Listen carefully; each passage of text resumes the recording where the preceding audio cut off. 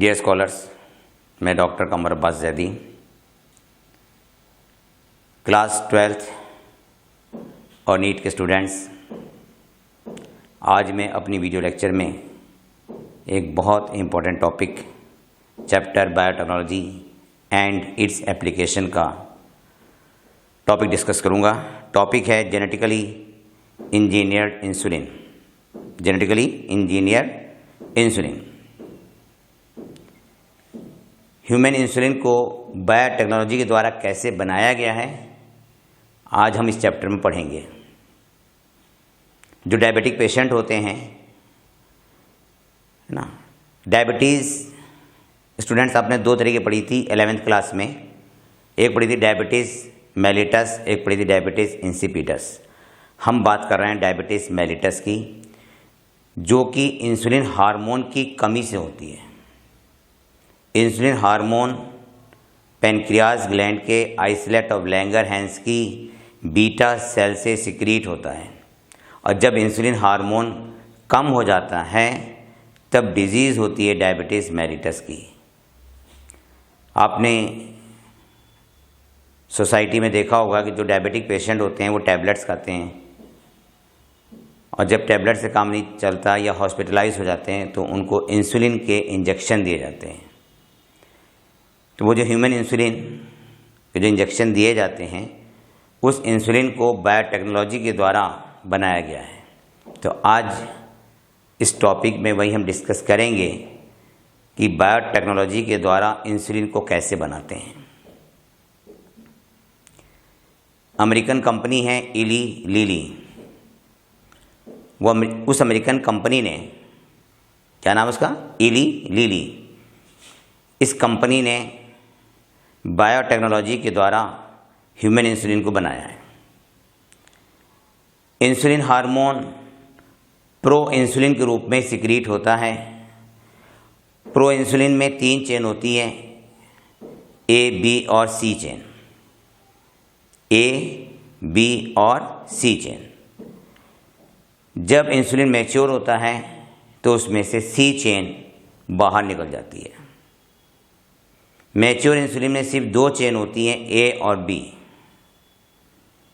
Pro insulin में 86 amino acid होते हैं, जबकि इंसुलिन में 51 अमीनो एसिड होते हैं। ए चेन में 21 अमीनो एसिड और बी चेन में 30 अमीनो एसिड, कुल मिला के 51 अमीनो एसिड होते हैं। इंसुलिन में 3 डाइसल्फाइड बॉन्ड होते हैं। प्रो इंसुलिन में भी 3 डाइसल्फाइड बॉन्ड होते हैं। इसका मतलब ये हुआ कि डाइसल्फाइड बॉन्ड ए और बी चेन के बीच बनते हैं। इंसुलिन ग्लूकोज को ग्लाइकोजन में कन्वर्ट करता है। इंसुलिन सेल के अंदर ग्लूकोज के कंजप्शन को बढ़ाता भी है। तो हम डिस्कस करते हैं कि इली लिली जो कंपनी है अमेरिकन, वो किस तरह से बायोटेक्नोलॉजी के द्वारा ह्यूमन इंसुलिन को बना रही है। उन्होंने coli, Escherichia coli bacteria Escherichia coli bacteria को इस पर्पस से यूज़ किया है। इंसुलिन के जीन को सेल से ऑब्टेन किया, ए चेन का जीन और बी चेन का जीन, और उसको कोलाई में ट्रांसफ़र किया। कोलाई में पॉलीपेप्टाइड ए चेन के जीन से पॉलीपेप्टाइड ए चेन बनाई, ठीक है, और दूसरे कोलाई में पॉलीपेप्टाइड बी चेन के जीन को ट्रांसफ़र किया, और उस कोलाई में बी पॉलीपेप्टाइड चेन बनाई। इन दोनों रिकॉम्बिनेंट कोलाई से पॉलीपेप्टाइड ए और पॉलीपेप्टाइड बी चेन को, है ना, सेंट्रीफ्यूगेशन टेक्निक के द्वारा बाहर निकाल लिया। फिर उन दोनों चेनों को आपस में जोड़कर इंसुलिन हार्मोन बनाया।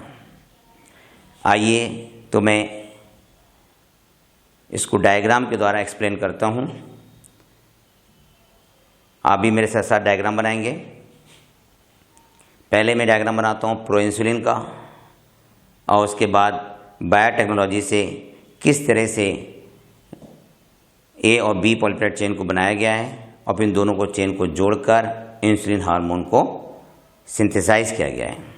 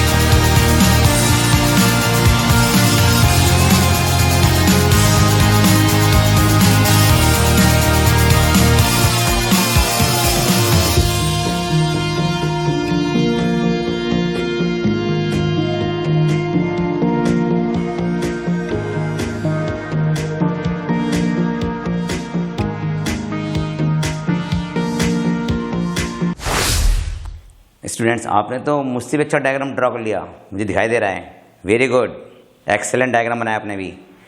आइए मैं इसे एक्सप्लेन करता हूँ। देखिए, हमने सेल से डीएनए को हम ऑब्टेन करते हैं।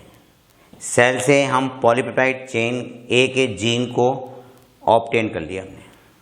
ये सेल है, सेल से पॉलीपेप्टाइड चेन ए का जीन इसमें से हमने आइसोलेट कर लिया। ई कोलाई से प्लाज्मिड लिया, इस प्लाज्मिड को रेस्ट्रिक्शन एंडोन्यूक्लियस एंजाइम के द्वारा ओपन किया। ओपन प्लाज्मिड वापस आपस में ना जुड़ जाए, है ना, तो एल्कलाइन फास्फेटेज यूज करते हैं। Alkaline phosphatase prevent the self ligation of cleaved plasmid. Alkaline phosphatase open plasmid को आपस में जुड़ने से रोक देता है। पॉलीपेप्टाइड ए के जीन को इस प्लाज्मिड में हम इंसर्ट करते हैं और डीएनए लाइगेज के द्वारा इसे सील कर देते हैं। अब इसे हम कहते हैं रिकॉम्बिनेंट डीएनए। इस रिकॉम्बिनेंट डीएनए में ई कोलाई का प्लाज्मिड है प्लस पॉलीपेप्टाइड चेन का जीन है। इस रिकॉम्बिनेंट डीएनए को ट्रांसफर कर दिया हमने ई कोलाई में। रिकॉम्बिनेंट ई कोलाई को बायोरिएक्टर में हम ट्रांसफ़र कर देते हैं। रिकॉम्बिनेंट ई कोलाई अपनी संख्या को वहाँ पे मल्टीप्लाई करके बहुत ज़्यादा कर लेते हैं। इसके बाद हम एंटीबायोटिक्स के द्वारा रिकॉम्बिनेंट डीएनए को उसका प्रोडक्ट बनाने के लिए स्टिमुलेट करते हैं। तो देखिए यहाँ पे इस रिकॉम्बिनेंट प्लाज्मिड में पॉलीपेप्टाइड चेन का ए जीन जो है वो एक्टिव होकर पॉलीपेप्टाइड चेन ए बनाता है। इस ई कोलाई में पॉलीपेप्टाइड चेन ए का फॉर्मेशन हो गया। रिकॉम्बिनेंट ई कोलाई से हम सेंट्रीफ्यूगेशन के द्वारा ए चेन को ऑब्टेन कर लेते हैं। एक बार फिर रिवाइज कर दूं आपको। देखिए, हमने सेल से उन क्रोमोसोम्स को आइसोलेट किया जिसमें पॉलीपेप्टाइड चेन ए का जीन होता है, ठीक है। फिर उसमें हमने रेस्ट्रिक्शन एंडोन्यूक्लियस एंजाइम का यूज़ करके पॉलीपेप्टाइड चेन ए के जीन को आइसोलेट कर लिया, ठीक है। क्रोमोसोम से पॉलीपेप्टाइड चेन ए के जीन को रेस्ट्रिक्शन एंडोन्यूक्लियस एंजाइम के द्वारा उसमें से हमने बाहर निकाल लिया। ई कोलाई के प्लाज्मिड को रेस्ट्रिक्शन एंडोन्यूक्लियस एंजाइम के द्वारा ओपन करते हैं, ठीक है। ये आपस में ना जुड़ जाएं तो एल्कलाइन फास्फेटेज यूज़ करते हैं। एल्कलाइन फास्फेटेज, है ना, ओपन प्लाज्मिड को आपस में जुड़ने से रोकता है। इस प्लाज्मिड में हम जीन ए को इंसर्ट कर देते हैं, डीएनए लाइगेज के द्वारा इसे जोड़ देते हैं। अब इस रिकॉम्बिनेंट डीएनए को हम ई कोलाई में ट्रांसफ़र कर देते हैं। रिकॉम्बिनेंट ई कोलाई को बायोरिएक्टर में ट्रांसफ़र कर देते हैं, वहाँ पर ये मल्टीप्लाई करके अपनी संख्या को बढ़ाते हैं। फिर इसके बाद रिकॉम्बिनेंट डीएनए, है ना, अपनी पॉलीपेप्टाइड चेन बनाता है। मतलब ये जो ए जीन है ये पॉलीपेप्टाइड ए का निर्माण करता है।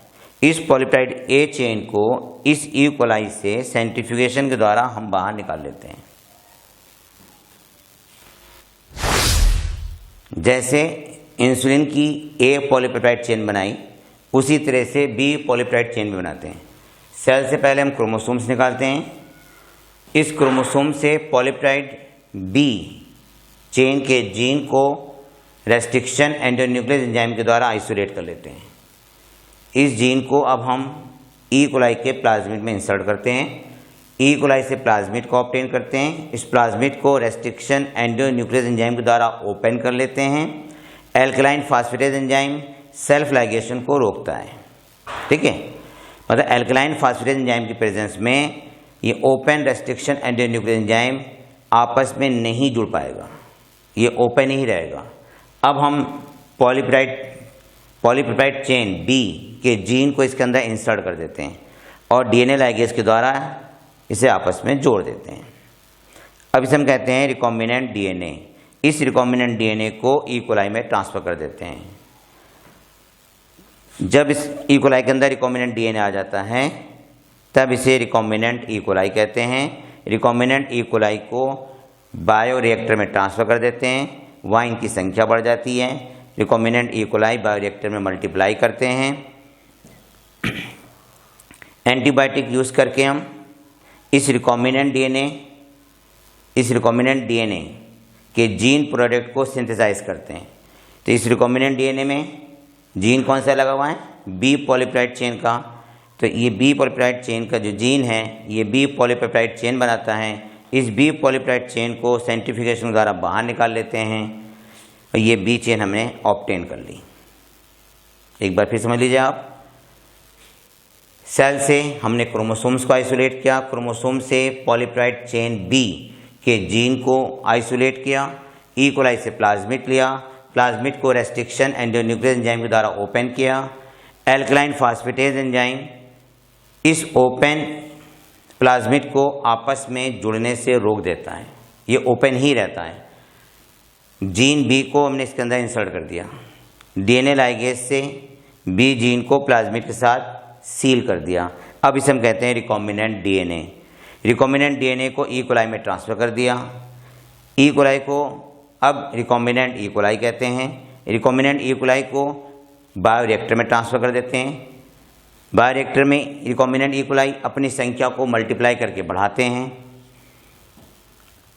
रिकॉम्बिनेंट ई कोलाई में बी जीन अपना प्रोडक्ट मतलब बी पॉलीपेप्टाइड चेन बनाता है। इस बी पॉलीपेप्टाइड चेन को सेंट्रीफ्यूगेशन के द्वारा ऑब्टेन कर लेते हैं।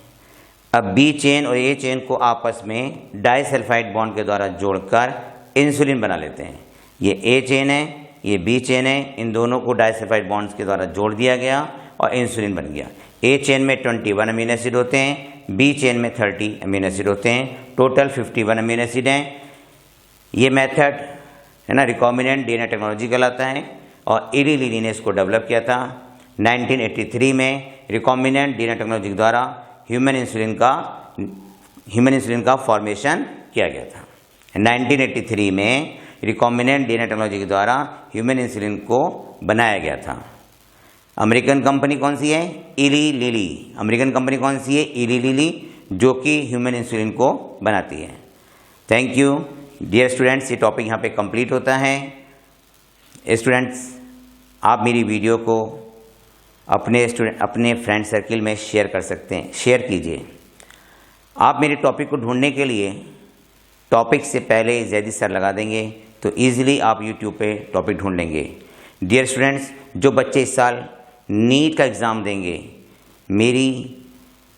मेरे चैनल पर 11th और 12th क्लास की बायोलॉजी के जितने भी चैप्टर हैं उनकी इम्पोर्टेंस लाइन को अंडरलाइन करके एक्सप्लेन किया है।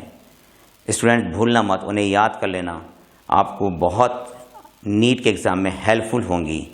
Thank you. मेरे चैनल को लाइक भी करें और सब्सक्राइब भी करें। Wish you all the best.